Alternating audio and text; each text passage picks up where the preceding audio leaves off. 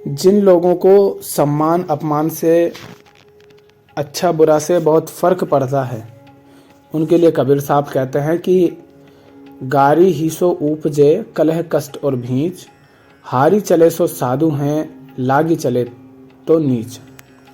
कह रहे हैं कबीर साहब कि गारी ही सो उपजे कलह कष्ट और भींच, कि जो गारी, गारी माने गाली, गाली से ही तो सारे कलह कष्ट और समस्याएं उत्पन्न होती हैं। कोई आपको गाली देता है तभी तो आपको समस्या होती है ना, उससे दुख हो सकता है, बुरा लग सकता है, झगड़ा हो सकता है, कुछ भी हो सकता है। अर्थात अगर कोई आपको गाली देता है तो उससे कलह होगा, कष्ट होगा। क्यों? क्योंकि उसकी गाली का आप पर प्रभाव पड़ा। तो हम गाली कहते किसे हैं? गाली का अर्थ क्या हुआ? क्या करते हो जब आपको कोई गाली देता है? आपको मान लीजिए किसी ने गाली दी तो क्या होता है, हम देखते हैं अपने आसपास, तो या तो हम उसका प्रतिरोध करते हैं, उसने गाली दी तो हम भी गालियां देते हैं, एक दी तो 10 देते हैं, अर्थात उससे झगड़ने लगते हैं। हाँ, यह भी हो सकता है कि सामने वाला अगर हमसे ज़्यादा ताकतवर है तो हमारे अंदर विरोध तो उठा था, प्रतिरोध तो हम करना चाहते थे, पर चूंकि सामने वाला बहुत ताकतवर था तो हम डर जाते हैं और मुंह बंद करके निकल जाते हैं।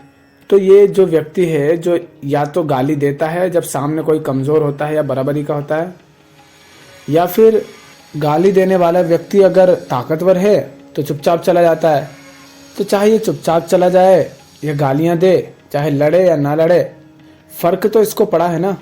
इसको अगर किसी ने गाली दी तो इस पर उसका असर तो पड़ा है।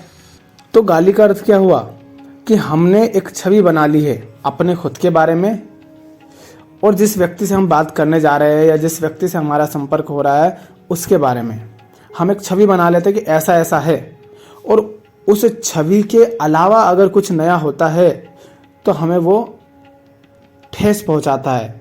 उसी ठेस को हम गाली कहते हैं। तो साधु कौन है? साधु वो है जिसे गालियों से फर्क ही नहीं पड़ता। वो कहता है कि तुम्हें गाली देना है दो, नहीं देना है मत दो। आगे क्या कहते हैं कबीर साहब कि हारी चले तो साधु है, लागी चले तो नीच। साधु कौन? वो नहीं जो प्रतिक्रिया करता है, गाली का उत्तर गाली से देता है। वो कहता है कौन इन नासमझों से उलझे, कौन यहाँ समय की बर्बादी करे। तो वो क्या कहते हैं, हम हारे तुम जीते। गाली देने से अगर तुम जीत रहे हो तो जीत जाओ, हम तो तुम्हारा प्रतिरोध भी नहीं करेंगे। पर वो ये नहीं कह रहे कि तो सम्मान करोगे, क्योंकि यहाँ पर वो क्या कह रहे हैं, हारी चले माने हार ही गए भैया हम तो इसका अर्थ है कि अगर दुनिया सम्मान भी करेगी तो हमें कोई फर्क नहीं पड़ने वाला। तुम सम्मान दो या अपमान दो, तुम्हारे सम्मान अपमान से हमें कोई फर्क नहीं पड़ता, कोई लेना देना नहीं। लागी चले सो नीच।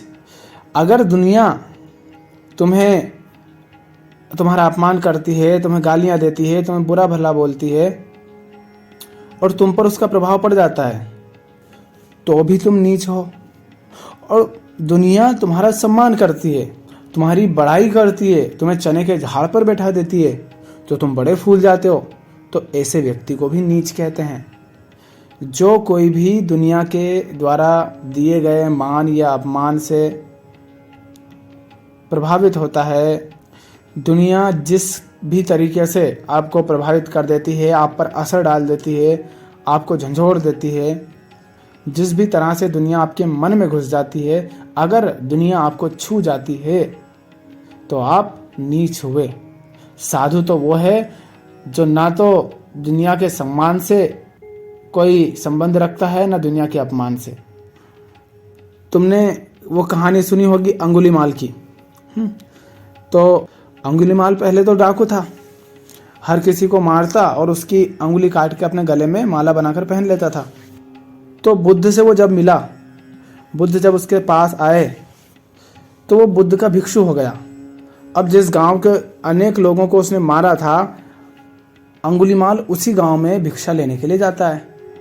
अब अंगुलीमाल पहले तो बड़ा खतरनाक डाकू था, कोई उसके पास तक नहीं आते थे, डर डर के भागते थे। लेकिन आज जब वो भिक्षु बनकर भिक्षा लेने के लिए उस गांव में गया तो लोग उस पर पत्थर मार रहे हैं, उसको गालियां दे रहे हैं, ताने दे रहे हैं, बुरा भला बोल रहे हैं। तो अंगुलीमाल को बुरा तो लग रहा होगा ना।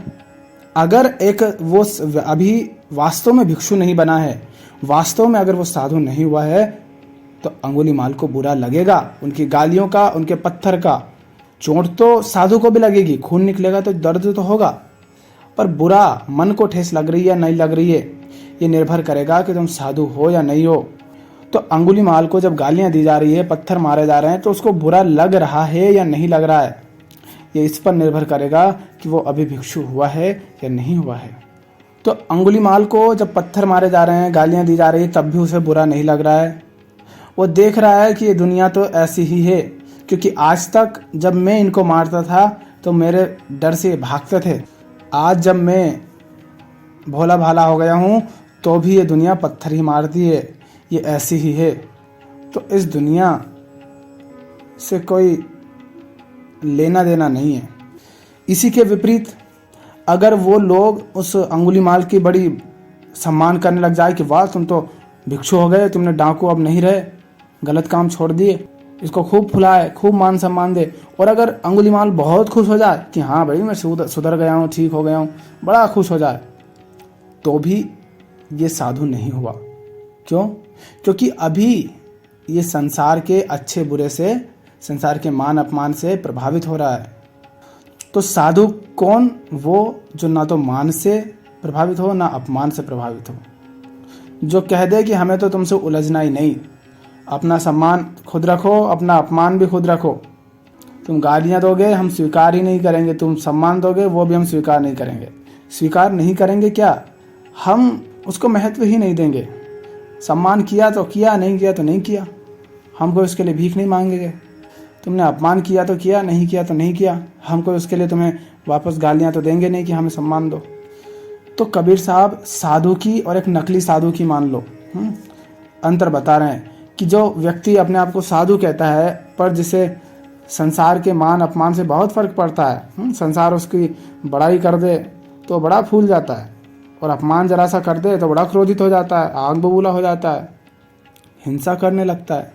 तो वो साधु नहीं है, वो तो नीच है। इसका अर्थ क्या हुआ कि संसार के मान अपमान से अगर तुम प्रभावित हो रहे हो तो इसका अर्थ क्या हुआ कि तुम पर अभी संसार ही राज कर रहा है, संसार अपने अनुसार तुम्हें नचा रहा है भी। तो तुम साधु हुए कैसे? साधु माने जिसने साध लिया स्वयं को, जिसने स्वयं को साध लिया, जो अब आत्मा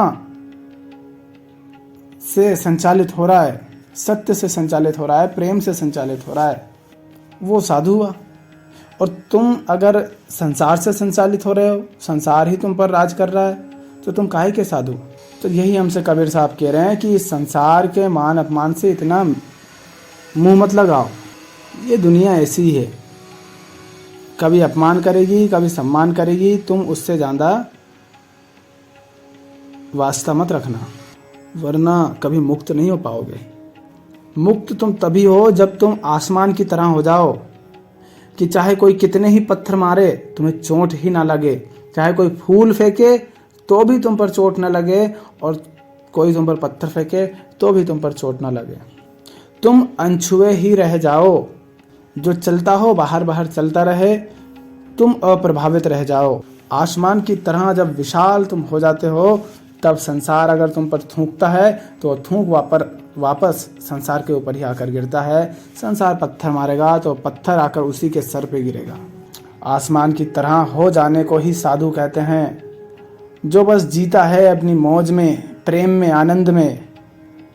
संसार को उसके कारण बुरा लगता है तो लगे, उसके कारण अच्छा लगता है तो लगे। संसार उसे अच्छा कहती है तो कहे, बुरा कहता है तो कहे। तो तुम ऐसे ही हो जाओ, ज़्यादा समझदार मत बनना ये दुनिया के सामने, नहीं तो उलझे रह जाओगे उसी में।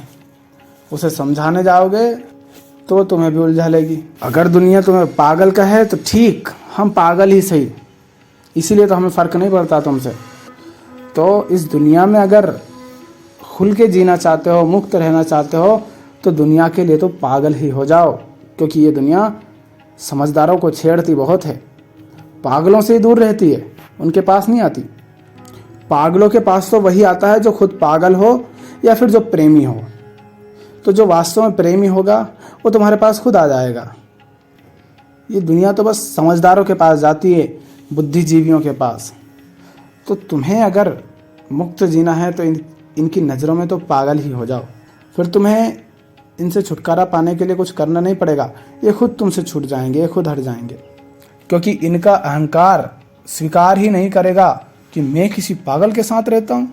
नहीं नहीं नहीं, पागल से दूर हटो, नहीं तो दुनिया की चीज़ें हमारे लिए बचेंगी नहीं, सब छिन जाएगा। तो देख लो, अगर तुम संसार के मान अपमान से कोई बड़ाई कर दे तो बहुत फूल जाते हो, कोई बुराई कर दे तो बहुत दुखी हो जाते हो। अगर इस तरह से तुम्हारे साथ हो रहा है तो तुम अभी नीच हो, साधु नहीं हुए। जब इससे ऊपर उठ जाओगे तो साधु हो गए।